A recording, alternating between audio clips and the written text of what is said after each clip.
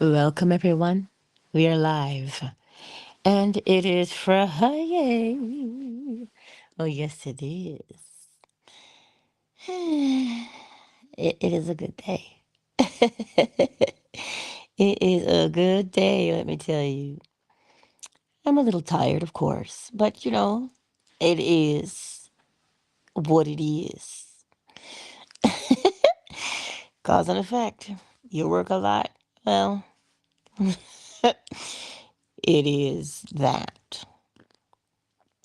But I get my shots and bursts of energy throughout the day. When I say, "Oh, I'm a little tired, can I have a boost?" And then I start to feel more energized. It's quite nice. It is quite nice.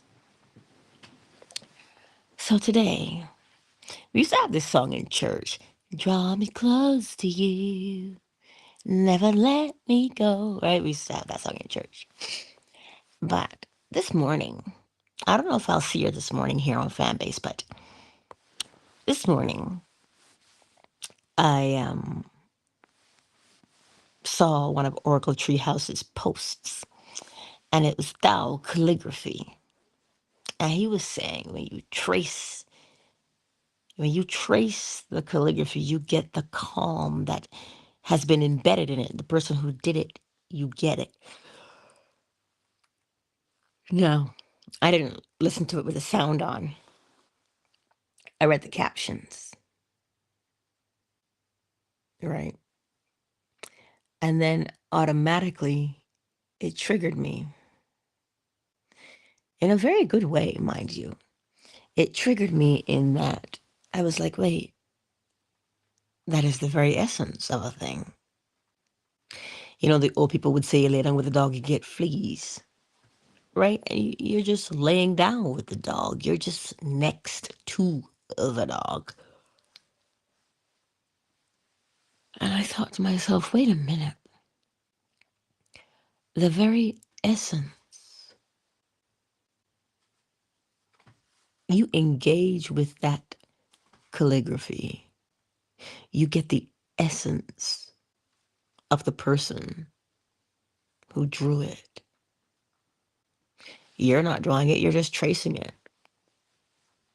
You're following the brush strokes, yeah? And I was like, oh, that is just like the principles in that when you are drawn to them. For instance, if you have your favorite one, your favorite principle, if you say your favorite principle is cause and effect, and you say, every cause has its effect and every effect has its cause, even if you think it does something to you. It does something to you. Now, if you've read the Emerald Tablets of Thoth, he did say the energy imprinted in this book, you're going to get it when you read it. That's why you read it 100 times the minimum and then read it 100 times more and 100 times more, because it's when you read it, you get the essence of what has been imbued within the work. And I know a part of me has always known this to be true with the essence of the principles. The moment you even think, oh, mentalism, the all is mind. The universe is a mental creation. Just the very vibration of the words does something to your body. You know, um, I think of the Catholics and the Rosary, and they recite, I don't know what they recite, but they use the beads and they are saying whatever they're saying. It's the vibration of the words Even if you don't say the words out loud to the rosary, the very fact that you are in the position of holding them and moving them between your fingers, that simple action, it will invoke the draw near to me and I'll draw near to you. That's the principle of correspondence. Draw near to me and I will draw near to you. It matches, you see, it corresponds. It doesn't say draw near to me and maybe. It says if you draw near to me, I will draw near to you. So clearly, the principle of correspondence is at work in that situation. If you take the time to sit quietly, if you take the time to sit quietly and, perhaps you say to yourself one of the principles.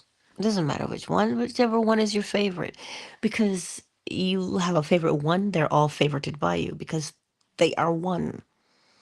They cannot be separated, right? They're one fluid motion, but to learn them, we say them by their names. I want you to think about this for a moment. If I say any name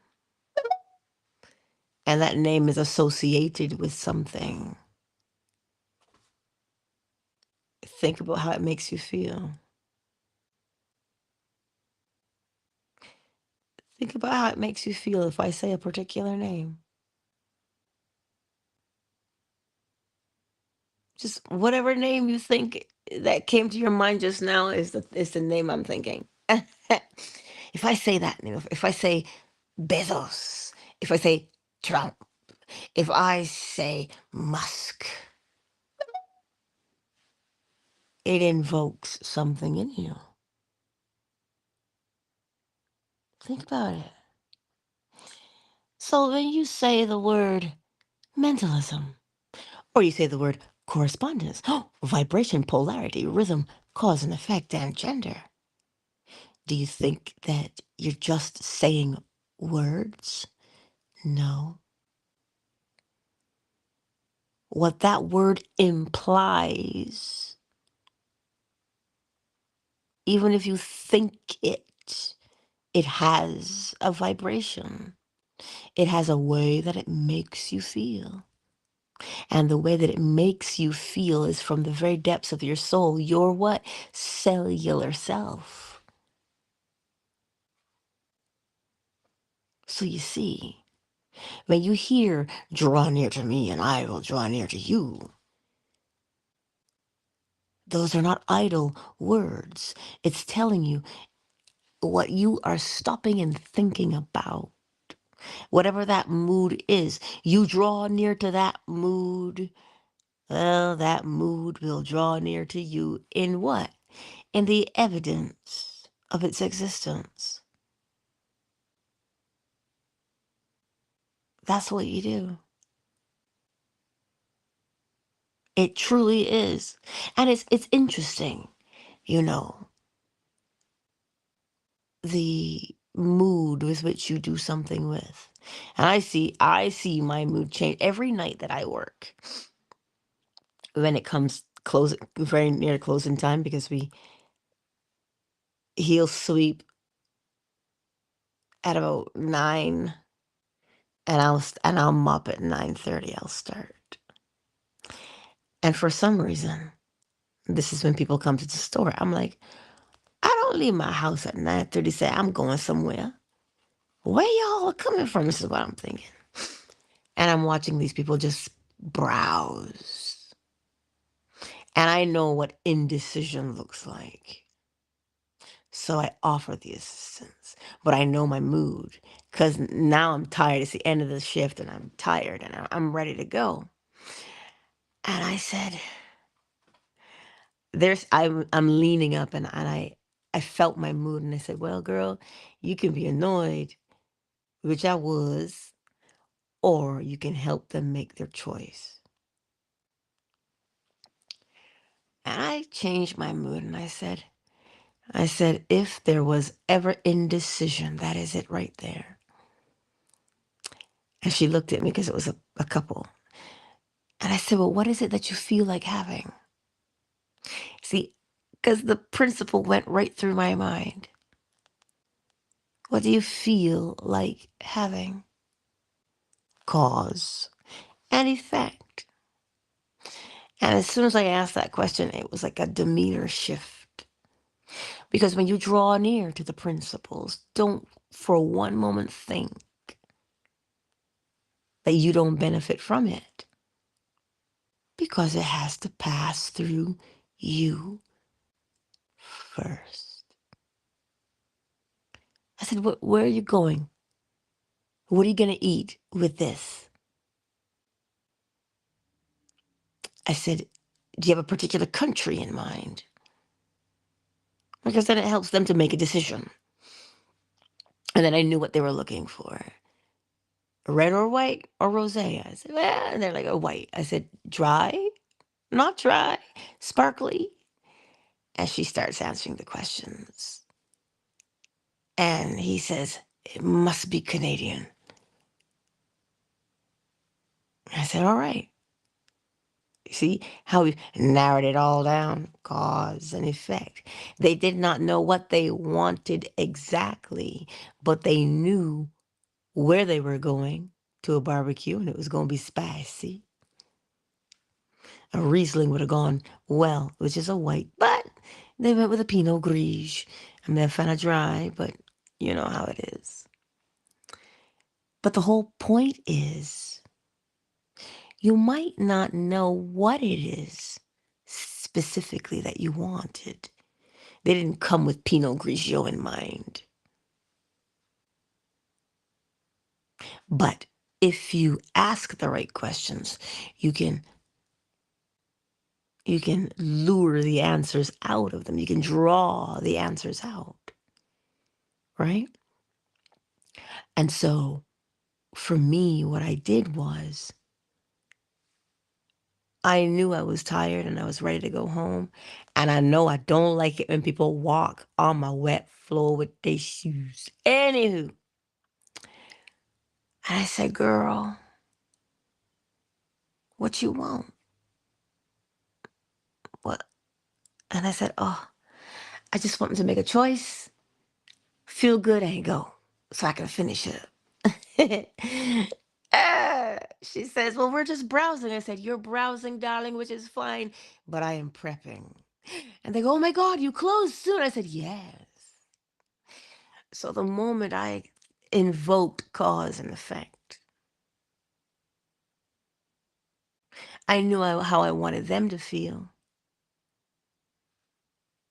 I didn't want them to feel rushed or think I was rude or whatever the case may be. So I was like, cause and effect. This is what I want. And as soon as I made that choice for cause and effect, it had its own effect upon me. I was not deep in any kind of meditation. So this is why I'm saying to you, it's a very simple thing to do. You pick your favorite one. Mentalism, correspondence, vibration, polarity, rhythm, cause and effect, and gender. Take your pick. And the moment you choose it, it starts to influence you. And the longer you stay in its presence,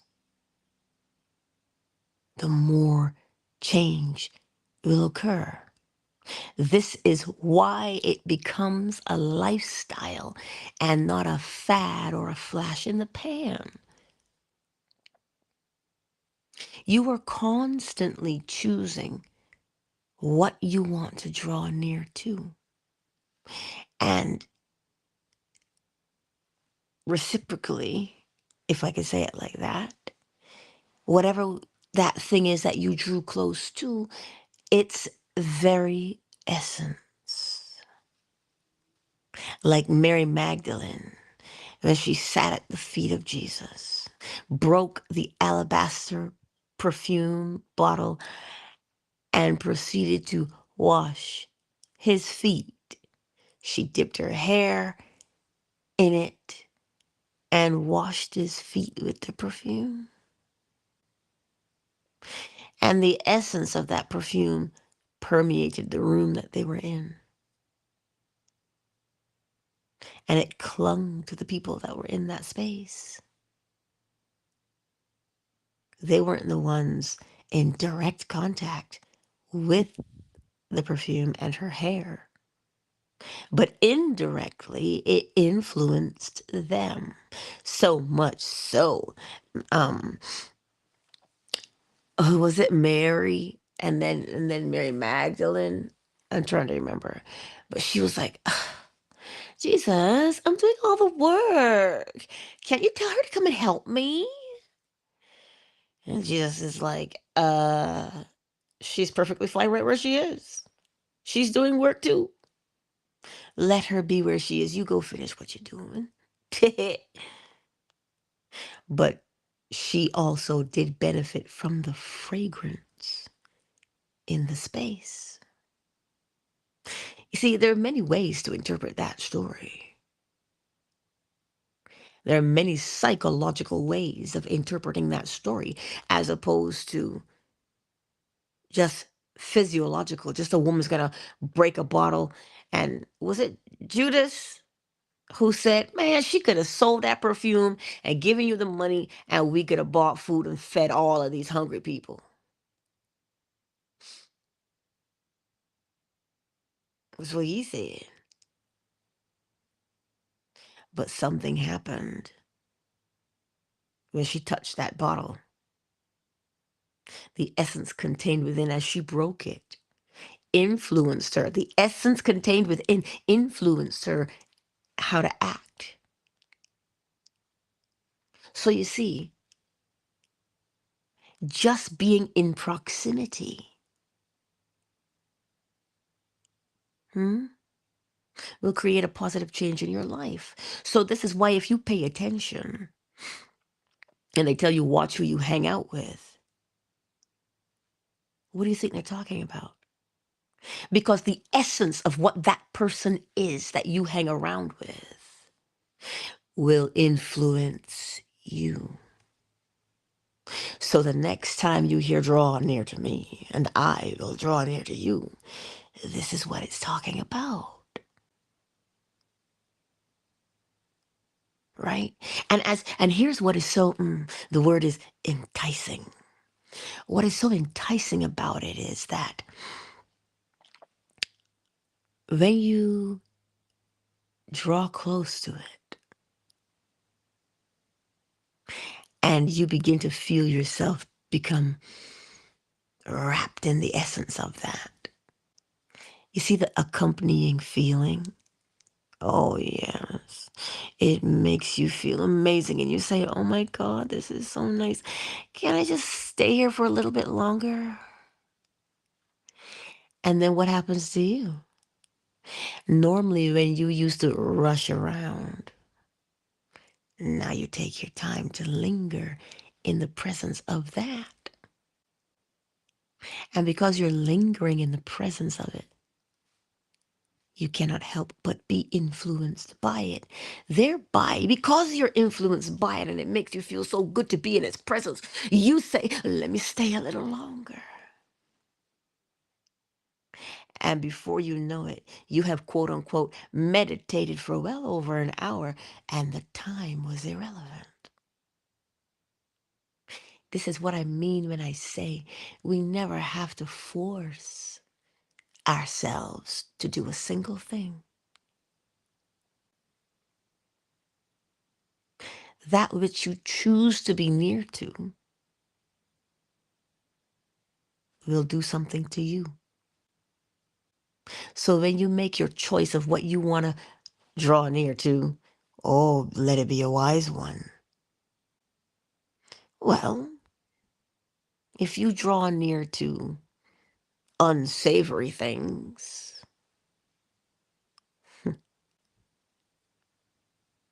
what will you become? Hmm? This is the point. You don't have to run out there and perform any rituals and things. Just draw near to that particular mood, and you will start to embody it.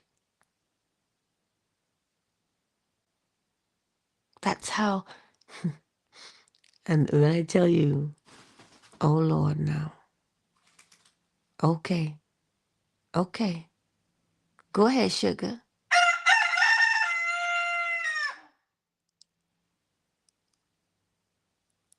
This is a prime example. Draw near to me, and I will draw near to you.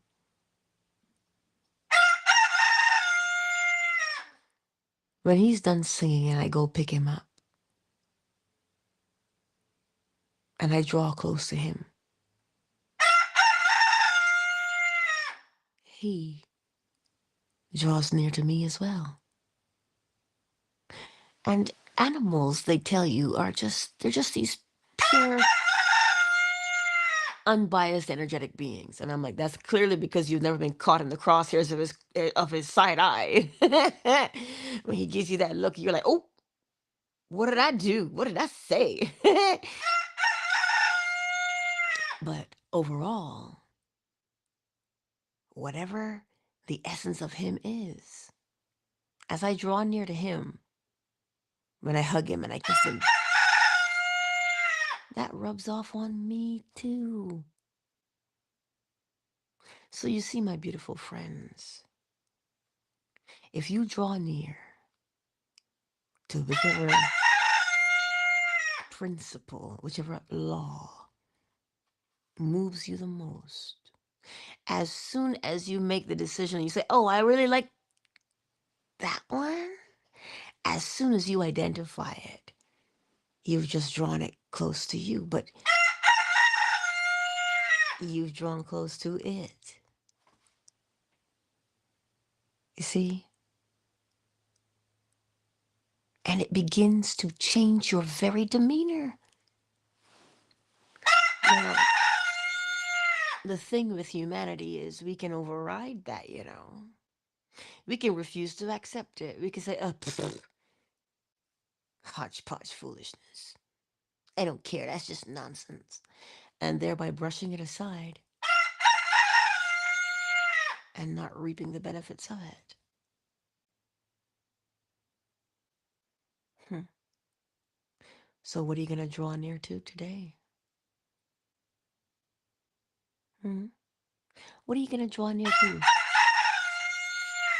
this weekend? What or who? Where are you going to go? Right? Choose. Just choose.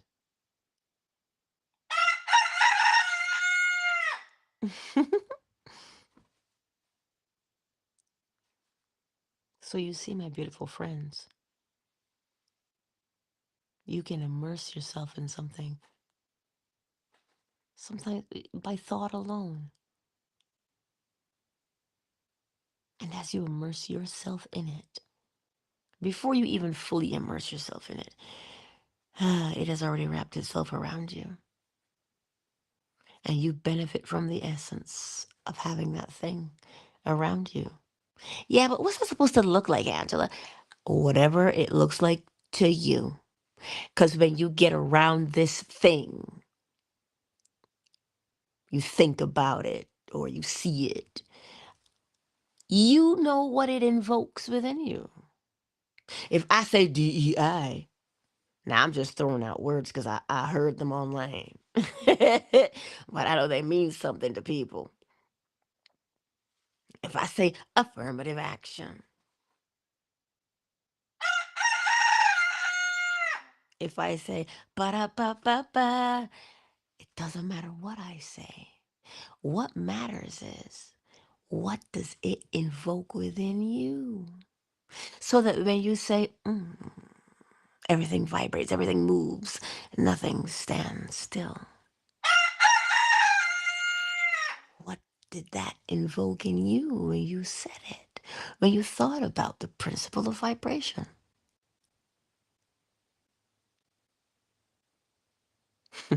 See? So as you go through this weekend, pay attention. Pay attention to what you allow yourself to unconsciously draw towards. I say unconsciously because logic is one thing. Well, I only want to do this weekend. But neurologically, you will do that which is predominant in your mind's eye. So if you catch yourself as to what you are drawn to,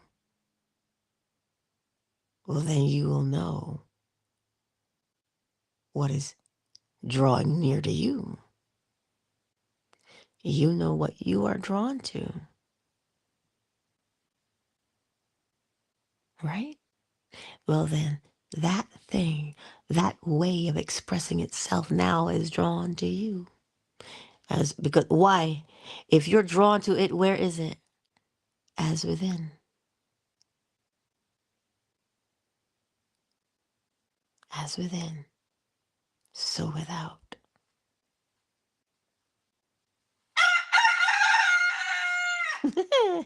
He's just something else. Ah, his timing is just beautiful. Who's here with us today on this glorious Friday?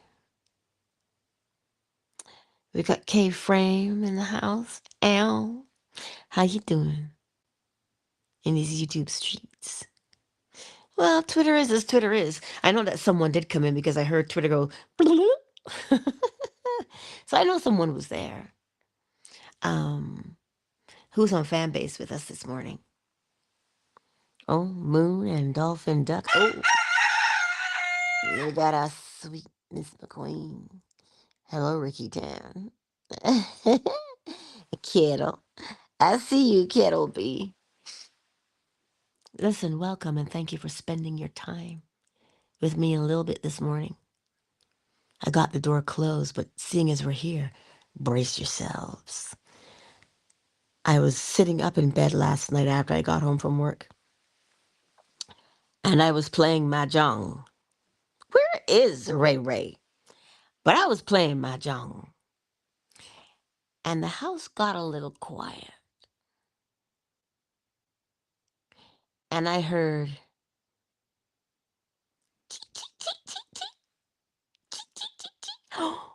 let me tell you something. Was I surprised? Oh, yes, I was.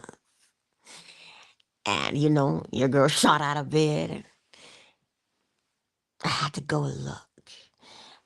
I kind of got a glimpse, but because the egg had just most of the day she was in the egg and it hatched. You know how they get there a little bit wet, right? They don't start out fluffy, they start out wet.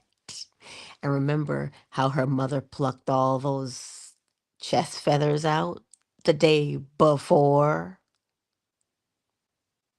Every cause has its effect, and every effect has its cause. She plucked out those chest feathers because she knew that egg was hatching in mere hours. Why did she do it? Because when the little chick is wet, it will be cold. And what do they have?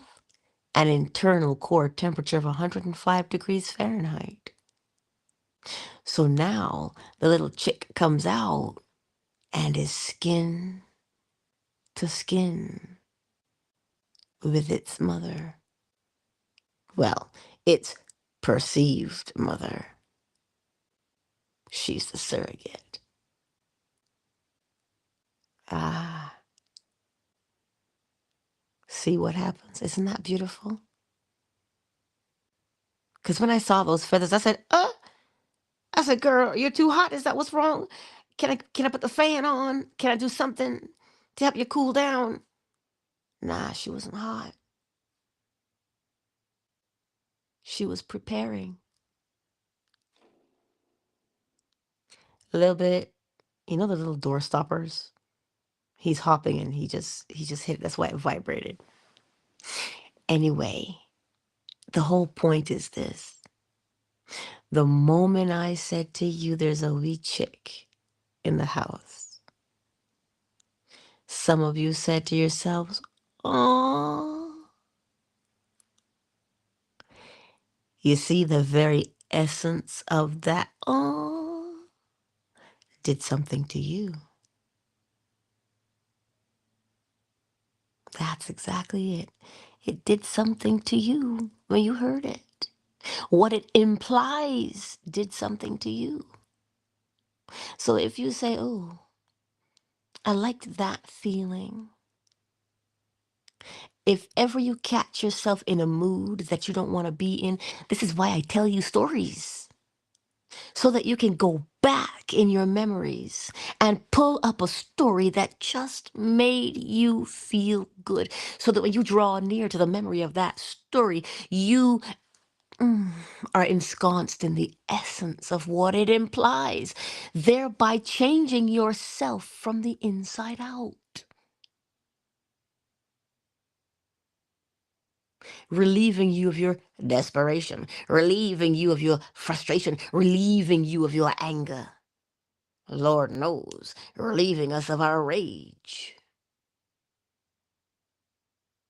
Just one simple little act of recalling your favorite principle will do the exact same thing to you. And if you would practice, you will find you're doing the same thing the same way every time. You will now develop the habit and what discernment to know that, wait, if I allow that thing that I just heard to influence me with just its essence, I can tell you what kind of day I'll have. Because I know that thing usually would just tick me right off. But you know what? I don't want to be ticked off. You know why I don't want to be ticked off? Because as within, so without. And ain't nobody got time for that, she so famously said. So what do? You choose a memory that is near and dear to you. And you allow the essence of that memory to embrace you and change you from the inside out. So that now, as you begin to go through life and you're practicing doing that, moving from the undesirable to the desirable, you make this habit of always being in that particular mood more often than not. And what do you think happens to you when you are in that mood, that mental attitude, that frame of mind more often than not? Then your exterior circumstances will also change to match. And with that, my beautiful friends, ah, it's symmetric hair. See, that's the thing I'm telling you. Choose wisely what you will draw near to. And we always draw near to a thing psychologically first, mentally first, because the all is mind. The universe is a mental creation, so this is where it has its origin, so that is where we are drawn to first. You ever stop and think about, now, we always use Henry Cavill as the example. His partner, because they had a baby in January, I believe. I can bet you any money that if she's out and about and she stops and she thinks of the world's most non-eligible bachelor, the world's most glorious man, if that's what tickles your fancy. It could be Idris Elba. Anyway, you get the point. It invokes something within you. And that's the thing I'm trying to draw your attention to. Whatever invokes a feeling, that draws a feeling out of you, it has just shared its essence with you. So what do you want to smell like? What do you want to smell like? Mm? So what do you want to put yourself around? What do you want to draw out of you? Then let that fragrance. You ever just want to be around somebody? That's my point. The essence of what they are, the moment you stop and you think of them. So good, bad, or indifferent, whomever it is that you think about or what you think about, has just washed you in itself. And it better be alabaster perfume. Hello. It better be the perfume in the alabaster bottle. Because if it is skunk, well, you know how that goes. And trust me, we have skunks in the neighborhood. You don't see them, but you sure as hell smell them. Sometimes they're not even anywhere near to you. But you get a whiff of their essence and you're like, oh, my eyes are watering. And they're not near you. So you see, hmm, that's all I got to tell you today. So when you go through this weekend, oh, what essence do you want to be immersed in? Oh, I know what essence I will be immersed in. It's called chicken. hmm I don't even know what this one looks like. Its feathers were still, like I said, wet, so I don't know what it looks like. I just have to be patient. And if you get anywhere near her and you try and touch her, she'll peck you. So you gotta be gentle. You gotta be like, hey girl, lady, I bought you some treats. Because you gotta make her eat, right? But anywho, I'm gonna let y'all go so I can spend a little time with the lady and that new baby and see what I can see. Cause I'm curious. I wanna see it. Show me your baby. I wanna name that baby. I tell you. Lady must look at me and go, "Ugh, you again." Anyhow, I love you all.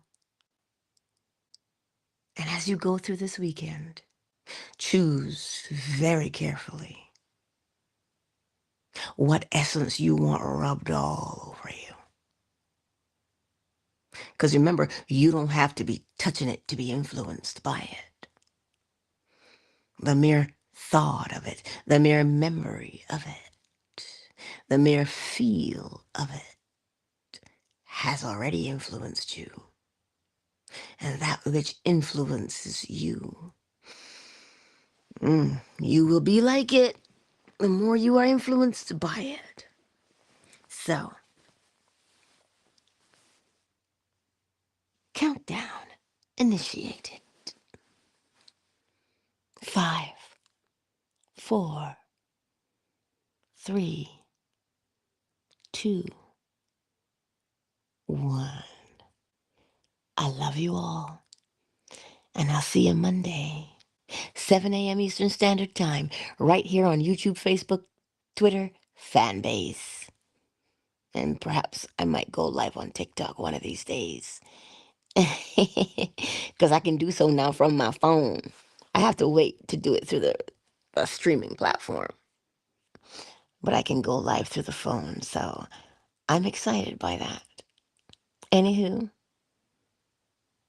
I love you. I do. I sure do. Mm. I just had a memory. Oh my God. Yesterday, uh, my coworkers were changing, you know, the radio station. If I say it, she'll talk, so I can't say her name, but you know who it is